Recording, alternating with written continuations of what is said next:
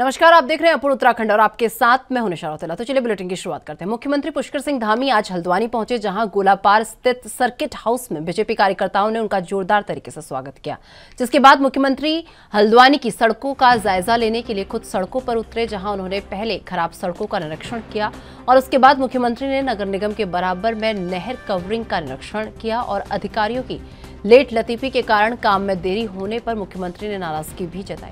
उन्होंने जल्द से जल्द सभी कार्यों को तेजी से लाने के इसमें निर्देश दिए और मुख्यमंत्री पुष्कर सिंह धामी ने कहा कि अगर किसी भी अधिकारी के द्वारा कार्यों में लापरवाही पाई गई तो उनके खिलाफ सख्त से सख्त कार्रवाई की जाएगी। उन्होंने आगे कहा कि किसी भी योजना में बजट की कमी नहीं आने दी जाएगी।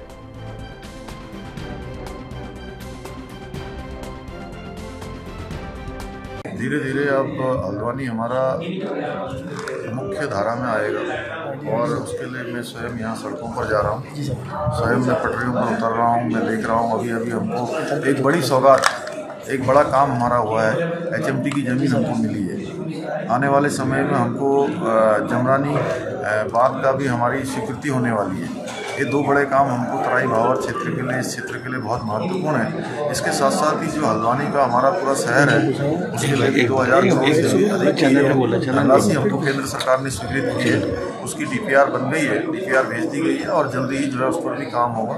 आने वाले समय में हमको हल्द्वानी जहाँ पर काम होगा था उस काम को मैं देखने के लिए गया था और उस काम को देखा और कुछ गड्ढा सड़कों को भी देखा है।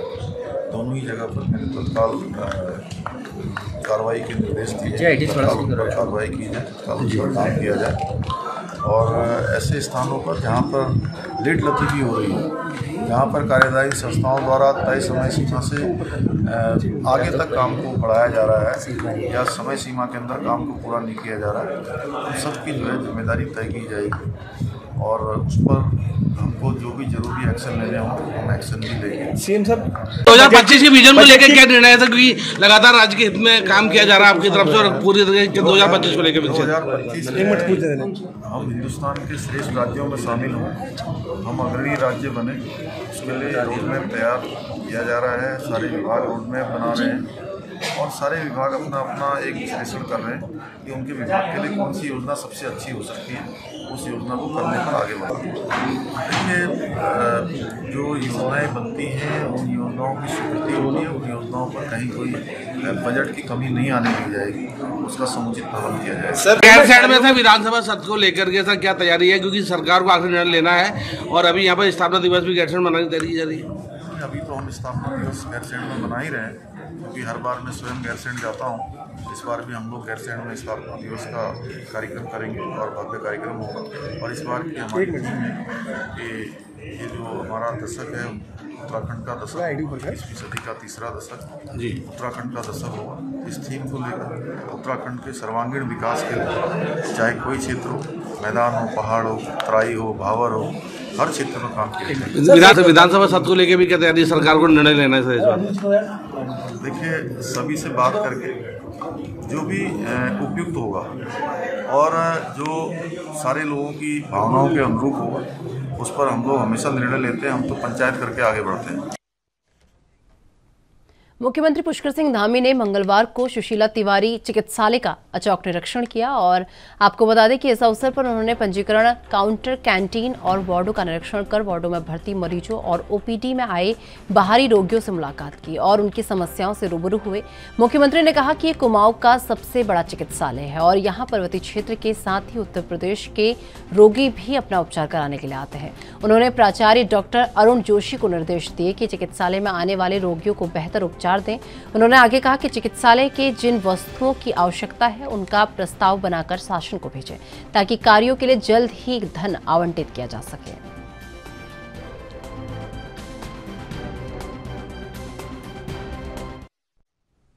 भारतीय जनता पार्टी के वरिष्ठ नेता और पूर्व प्रदेश प्रशिक्षण प्रमुख मनोज पाठक ने प्रधानमंत्री नरेंद्र मोदी से मुलाकात की। आपको बता दें कि मनोज पाठक ने मुख्यमंत्री पुष्कर सिंह धामी को हल्द्वानी क्षेत्र और कालाढूंगी विधानसभा के 5 समस्याओं पर विशेष रूप से फोकस करते हुए ध्यान आकृष्ट करने के लिए लिखित रूप से ज्ञापन दिया। सीएम धामी ने उन्हें अवगत कराया कि कालाढूंगी विधानसभा अंतर्गत बेल पड़ाव क्षेत्र में वहां के हॉस्पिटल का उच्चीकरण होना बहुत आवश्यक है। साथ ही हल्द्वानी क्षेत्र में पहाड़ को जाने वाले रास्तों में जाम की स्थिति से निजात पाने के साथ ही अन्य परियोजनाओं पर भी चर्चा की गई।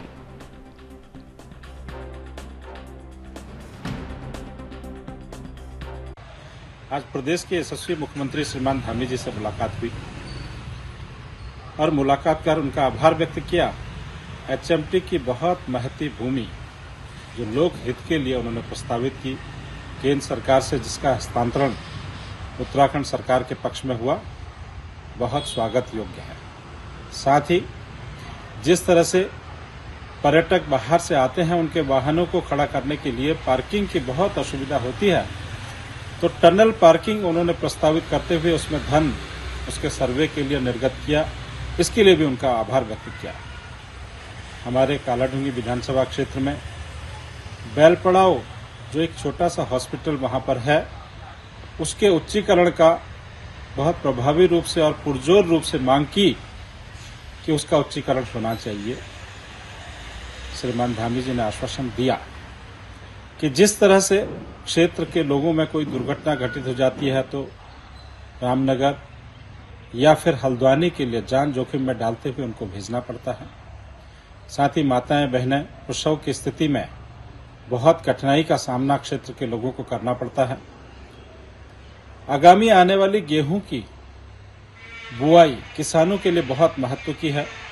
उसकी तैयारी के लिए हमको खाद और बीज की पूर्व में ही व्यवस्थाएं करने के निर्देश कृषि विभाग को। उत्तराखंड के मुख्यमंत्री पुष्कर सिंह धामी ने रानीबाग स्थित एचएमटी घड़ी कारखाने का निरीक्षण किया। मीडिया से मुखातिब होते हुए उन्होंने कहा कि घड़ी कारखाने के राज्य सरकार को हस्तांतरित होने की कार्रवाई पूरी हो चुकी है। अब यहां वस्तु स्थिति का आंकलन करते हुए सोचा जाएगा कि क्या चीज यहां स्थापित की जाए। वहीं उन्होंने इशारों में किसी उद्योग कारखाने को स्थापित करे जाने की बात कही।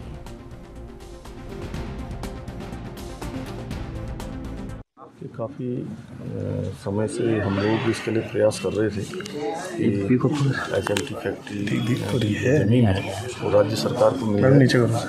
अंततः राज्य सरकार को ज़मीन मिल गई है और उसका जो भी कंपनसेशन था वो हमारी सरकार की तरफ से जमा करवा दिया गया। इसके लिए पूरा हम बृहद एक मास्टर प्लान के तहत या सभी विश्लेषण करने के बाद जो यहाँ पर अच्छे से अच्छा काम हो सकता है उद्योग के क्षेत्र में, अन्य क्षेत्रों में, उसका आकलन करेंगे और उसका आकलन करने के बाद इसका काम में आपने बड़ी कार्रवाई की, लेकिन उसके आरोपियों को जमानत मिल जा रही है। देखिए, हमने कहा है कि चूँकि वो माननीय न्यायालय के अब समक्ष है, उसके बावजूद भी सख्त से सख्त कार्रवाई, जो भी वैधानिक जो ज़रूरतें हैं उसको वैधानिक जानकारी लेकर, उसकी राय लेकर, उस पर हमारा जो भी प्रशासन है, जो लोग उस जांच में लगे हुए हैं, वो आगे कार्रवाई करेंगे। उत्तराखंड को देखते हुए यहाँ पर जो नाम बदलने की जो आप कवायद कर रहे हैं जगह जगह, उस पर क्या कहना चाहिए? क्योंकि लगातार अंग्रेजों के समय से जो नाम चलते आ रहे हैं। नहीं, देखिए, बहुत सारे नाम ऐसे हैं कि जिनका दूर दूर तक कोई नाता रिश्ता नहीं है। इस प्रकार के नाम नहीं होने चाहिए। ये हमारे आज़ादी का हम अमृत महोत्सव मना रहे हैं, तो सब चीज़ों में आगे बढ़ रहे हैं और अमृत काल में हम नामों के साथ कामों को भी आगे बढ़ाएंगे। सर, सीएम साहब कल से खुद आप सड़कों पर उतरे हैं, चाहे वो टनकपुर से यहाँ तक हो, उसके बाद भी सड़कों आपने खुद निरीक्षण किया। किस तरह के निर्देश हैं अधिकारियों को भी? नहीं, हमने कहा है कि जो भी अधिकारी जिसके लिए जो जिम्मेदारी जिसकी है, वो अपनी जिम्मेदारी का पूरी तरह से ठीक प्रकार से काम करें, ठीक प्रकार से तय समय सीमा पर काम हो, फील्ड में उतरें, जाएं और लगातार भ्रमण करें, जन चौपाल लगाएं, समाधान करें लोगों की समस्याओं को, और कहीं पर भी जो दिक्कत आ रही है उसका समाधान मौके पर ही करें। और मौके के साथ साथ एक चीज़ और भी है कि जो जिस काम के लिए बना हुआ है या जिस काम के प्रति उत्तरदायित्व है, अगर वो नहीं करते हैं तो उसका संज्ञान लेकर ठीक से कार्रवाई करेंगे। चलिए। रानीबाग स्थित एचएमटी घड़ी फैक्ट्री का मुख्यमंत्री पुष्कर सिंह धामी द्वारा निरीक्षण करने वो पहुंचे और इस दौरान सीएम पुष्कर सिंह धामी ने कारखाने के पूर्व कर्मचारियों के साथ एक शिष्टमंडल ने भेंट करते हुए अपनी समस्याओं से उन्हें अवगत कराया। कर्मचारियों ने कहा कि उन्हें वीआरएस के नाम पर प्रबंधन ने ठगा है और सर्कुलर निकाले जाने के बाद भी उन्हें कंपनी के प्रबंधन द्वारा न्यूनतम मुआवजा दिया गया है। अब उनके सामने तमाम समस्याएं आ रही हैं, ऐसे में राज्य के मुखिया पर ही उन्हें भरोसा है।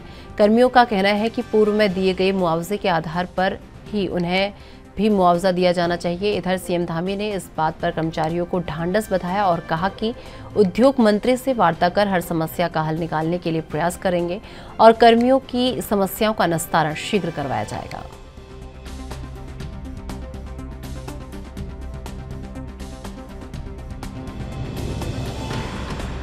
कुछ कर्मचारियों की मांग भी है यहाँ पर जो बीआरएस मांग रहे हैं और लंबे समय से मांग कर रहे हैं, कोर्ट में चल रहा है। उनके बारे में भी हम बात करेंगे। माननीय भारी उद्योग मंत्री जी से मैं बात करूंगा कि उनके लिए क्या हो सकता है, जो भी अच्छा हो सकता है इस पर भी बात। सर, भर्ती घोटाले में आप यहाँ के जो चीफ मिनिस्टर है उनका बहुत बहुत स्वागत करते हैं। हमारे एचएमटी में आ रहे हैं, लेकिन हमारे साथ जो यहाँ पे जो हम बीआरएस का जो स्कीम थी उसके तहत हमको बिना नोटिस दिए जो बाहर कर दिया गया, 144 लोग हैं उनको जो है बाहर कर दिया गया है, जो कि बिना नोटिस दिए हुए किसी भी कर्मचारी को बाहर नहीं किया जा सकता है। लेकिन यहाँ के मैनेजमेंट ने हमें इससे खाली एक रिट्रीटमेंट करके जो है बाहर कर दिया गया है।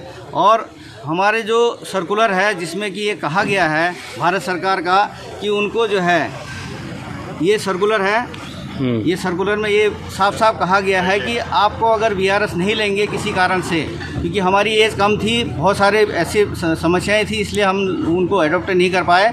लेकिन उनमें ये नियम था कि हमें जो है मैक्सिमम उसमें रिटायरमेंट का कंपनसेशन दिया जाए। लेकिन यहाँ की जो मैनेजमेंट ने जो है हमें सबसे लोअर मिनिमम जो है रिटीच करके जो है। अभी कितने कर्मचारी आप लोग ऐसे? हम लोग 144 कर्मचारी हैं। अभी हमारा जो केस है वो अभी उच्च न्यायालय में भी है। सीएम साहब से आज 44 जो लोग हैं हम बीआरएस चाहते हैं, जैसे कि पहले लोगों को मिला हुआ है वैसे हम बीआरएस चाहते हैं कि हमें कोई नई डिमांड नहीं है। 2016 में जो अन्य कर्मचारियों को दिया गया है वही हमें। सीएम साहब से क्या चाहते हैं? सीएम साहब से हमें निवेदन है कि जो हमारे साथ अन्याय हुआ है, हम जो वंचित कर्मचारी हैं उनके साथ न्याय किया जाए। और हमें पूर्ण आशा है कि हमारे जो सीएम साहब हैं वो हमारे इलाके से अच्छी तरह परिचित हैं कि यहाँ बेरोजगारी बहुत है, हमारी समस्याएं बहुत हैं, हमारे बच्चे भी बेरोजगार हैं, इसलिए जिम्मेदारियाँ बहुत हैं, माता पिता भी हैं साथ में। हम लोगों का भरण पोषण भी नहीं हो पा रहा है, ना कोई मेडिकल सुविधा मिल पा रही है, ना हम कहीं अच्छी जगह इलाज। लालकुआं विधानसभा क्षेत्र के पूर्व विधायक नवीन चंद दुमका ने एचएमटी की जमीन उत्तराखंड सरकार को हस्तांतरित होने पर सूबे के मुख्यमंत्री पुष्कर सिंह धामी को बधाई दी है। उन्होंने कहा कि इस भूमि का उपयोग प्रदेश के हित में किया जाएगा। इससे प्रदेश के युवाओं को रोजगार के अवसर प्रदान होंगे। और साथ ही पूर्व विधायक नवीन चंद दुमका ने कहा कि एचएमटी की जमीन का मसला काफी लंबे समय से विचाराधीन और लिहाजा केंद्र सरकार ने इस पर महत्वपूर्ण और प्रदेश हित में निर्णय लेते हुए उत्तराखंड सरकार को यहां भूमि हस्तांतरित कर दी है। उन्होंने आगे कहा कि कुमाऊं मंडल में जमीन की काफी कमी होने के चलते राष्ट्रीय संस्थाएं और औद्योगिक इकाइयां यहां नहीं आ पाती थी और अब इस जमीन को हस्तांतरित होना हमारे लिए काफी लाभदायक है। की जो भूमि उत्तराखंड सरकार को हस्तांतरित हुई है उसके लिए मैं माननीय मुख्यमंत्री श्री पुष्कर धामी जी को बहुत बहुत बधाई देना चाहता हूं। उनके प्रयास से एक बड़ा काम हुआ है, क्योंकि कुमाऊं क्षेत्र में सामूहिक तौर पर बड़ी ज़मीनों की कमी है। इस कारण से बड़े शिक्षण संस्थान, सिडकुल जैसी कोई एजेंसी या कोई राष्ट्रीय स्तर के संस्थान यहाँ पर नहीं आ पाते हैं। मैं उम्मीद करता हूँ कि इसका बड़ा सदुपयोग इस क्षेत्र की जनता के हित में किसी बड़े, चाहे वो शिक्षण संस्थान हो, चाहे चिकित्सा के क्षेत्र में हो, या एक बार की जिस टाइप का भीमताल और भवाली में पहले सिडकुल था उस टाइप का सिडकुल हो, उसमें उपयोग होगा और क्षेत्र की जनता को उसका लाभ मिलेगा। मैं पुनः उत्तराखंड सरकार और माननीय मुख्यमंत्री जी को बधाई देता हूं। बीते कई वक्त से ये मांग उत्तराखंड के लोगों द्वारा की जा रही है कि गैरसैंण को स्थायी राजधानी बनाया जाए। विपक्षी पार्टियां कांग्रेस भी बीजेपी पर आरोप लगा रही हैं कि गैरसैंण ग्रीष्मकालीन राजधानी बनने के बाद से अब तक केवल एक ही सत्र गैरसैंण में कराया गया है, जो उस वक्त के तत्कालीन मुख्यमंत्री त्रिवेंद्र रावत की सरकार में करवाया गया था, जबकि पुष्कर सिंह धामी के मुख्यमंत्री बनने के बाद एक भी सत्र गैरसैंण में नहीं हुआ है। विपक्ष के इन हमलों का जवाब देते हुए बीजेपी प्रवक्ता ने बताया कि पहले कांग्रेस कह रही थी कि विधानसभा सत्र देहरादून में ही होना चाहिए और अब कह रही है कि इसे गैरसैंण में होना चाहिए।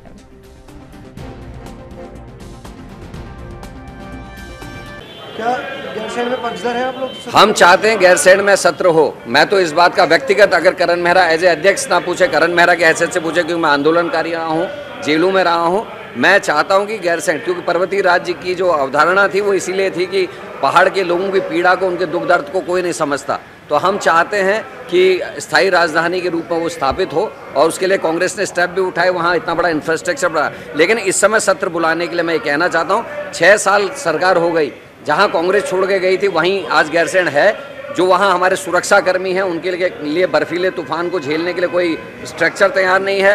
चतुर्थ श्रेणी कर्मचारियों के आवास अभी तक नहीं है, ड्राइवरों के रहने के लिए आवास नहीं है, जो वहाँ पुलिस कर्मी हैं उनके लिए सुविधाएं आज तक नहीं है। तो उनके लिए भी सुविधाएं करनी चाहिए। और अब तो आधुनिक भारत है, सोलर पैनल्स लगा के इत्यादि करके वहाँ उसको सेंट्रली हीटेड एरिया डेवलप किया जा सकता था, और वहाँ सत्र चलना चाहिए। और हम चाहते हैं कि पर्वतीय क्षेत्र की पीड़ा को समझने के लिए ज़रूरी है कि उसकी राजधानी ही नहीं, उसकी जो सत्र हैं वो पहाड़ों में हो, ताकि अधिकारी, कर्मचारी और नेता पहाड़ में रहने वाले लोगों का जो जीवन, कठिन जीवन है, उसको समझ सके और उसके अनुरूप हमारी नीतियाँ बन सके। कांग्रेस क्या कहती क्या नहीं कहती, क्योंकि कांग्रेस का कल वो कह रही थी कि गैरसैंण में सत्र नहीं होना चाहिए, और आज वो अपने बयानों से पलट गई है। क्योंकि कल जब उनका जो बयान आया था, उनके जो प्रदेश अध्यक्ष जी थे वो कह रहे थे कि गैरसैंण में इस समय सत्र नहीं हो सकता, नहीं होना चाहिए, क्योंकि किस प्रकार से वहाँ पे कर्मचारी जाएंगे, उनके जो विधायक हैं, गिने चुने जो इनके विधायक हैं, वो कैसे वहाँ पे सरवाइव करेंगे।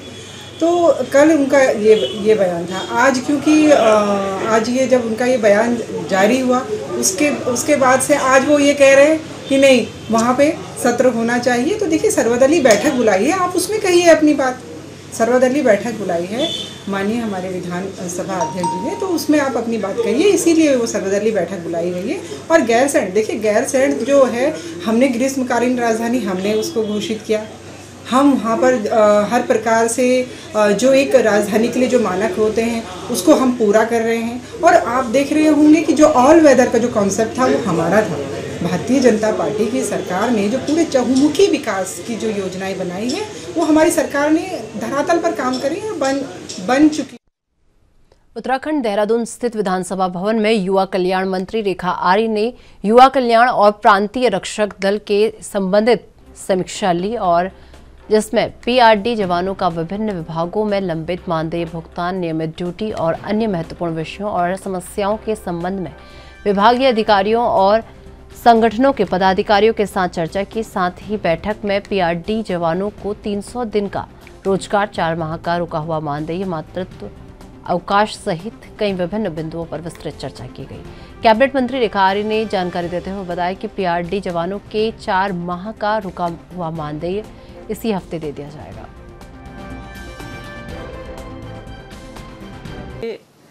पीआरडी जवानों के साथ में पहली बार मैं कह सकती हूँ कि उनके संगठनों के उनके चाहे वो अध्यक्ष हो या उनके जो भी प्रतिनिधि हों, वो उनको आमंत्रित किया गया इस समीक्षा बैठक में, और विभाग के हमारे सभी अधिकारीगण रहे। इसके अतिरिक्त जिन विभागों को लेकर उनके विषय बने हुए थे, भुगतान के संदर्भ में हो, उनको मानदेय देने के संदर्भ में है, जो लंबित थे उनको भी उस बैठक में आमंत्रित किया गया।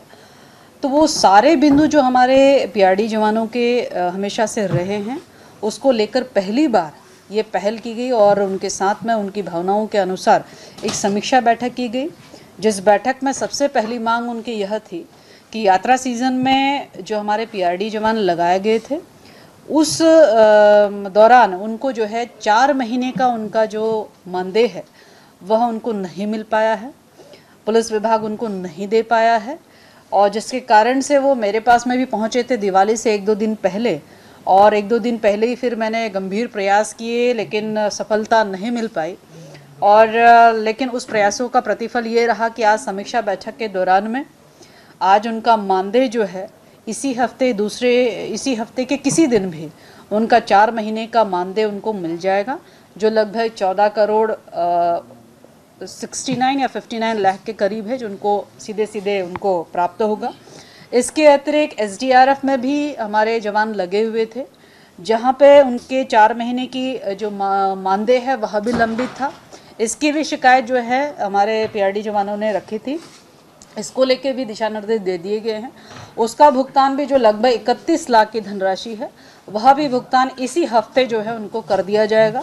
यह भी साफ और सख्ताई के साथ में निर्देश दे दिए गए हैं, यह भी उनकी लंबे समय से मांग थी।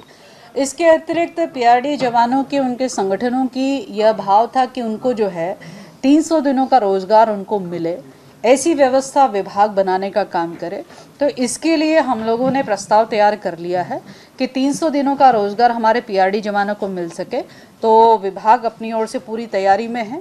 अब पीआरडी जवान केवल शांति व्यवस्था देखने के अतिरिक्त जो अन्य व्यवस्थाएं हैं, चाहे वह कंप्यूटर ऑपरेटर की पोस्ट हो, चाहे वह माली की पोस्ट हो, ड्राइवर की पोस्ट हो, कुकिंग की पोस्ट हो या कोई फार्मासिस्ट की पोस्ट हो, जो जिस योग्य होगा उसके अनुसार उनके लिए विभिन्न प्रकार के जॉब के रास्ते जो है हम लोग खोलने जा रहे हैं, जो कि प्रस्ताव में मेंशन किया गया है।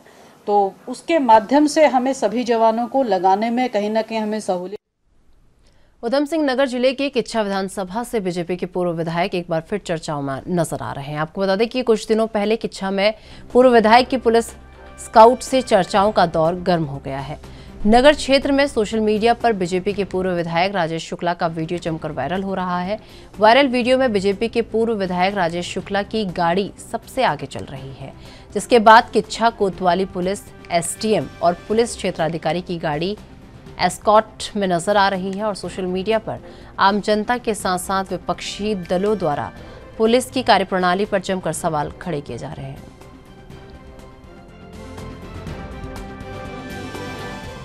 अब असल में हार वो पचा नहीं पा रहे हैं, वो हनक बराबर रखना चाहते हैं पुलिस की कि देखिए पुलिस मेरी है। इससे काम चलेगा नहीं, वोट नहीं मिलेंगे।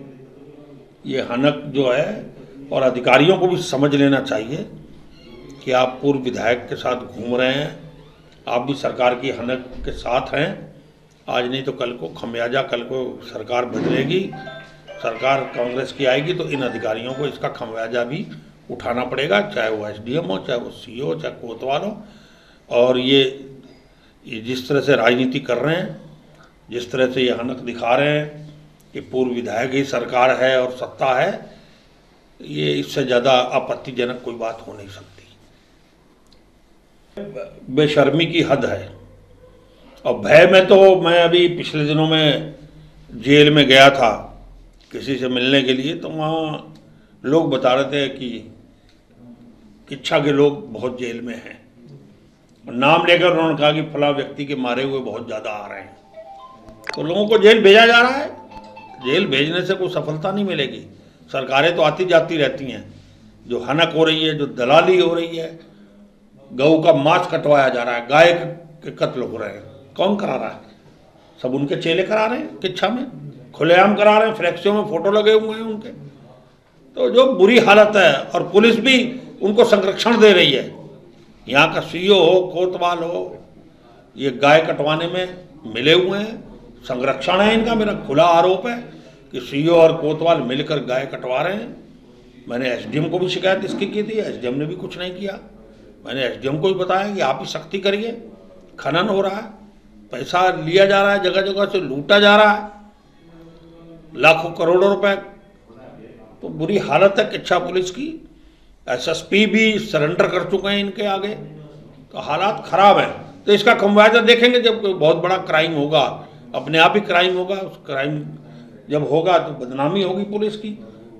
और मैं तो खुला विरोधी हूँ इन लोगों का। इन लोगों ने जिस तरह से भय के वातावरण बना रखे हैं, माहौल बना रखा है, उसका विरोध किया जाएगा।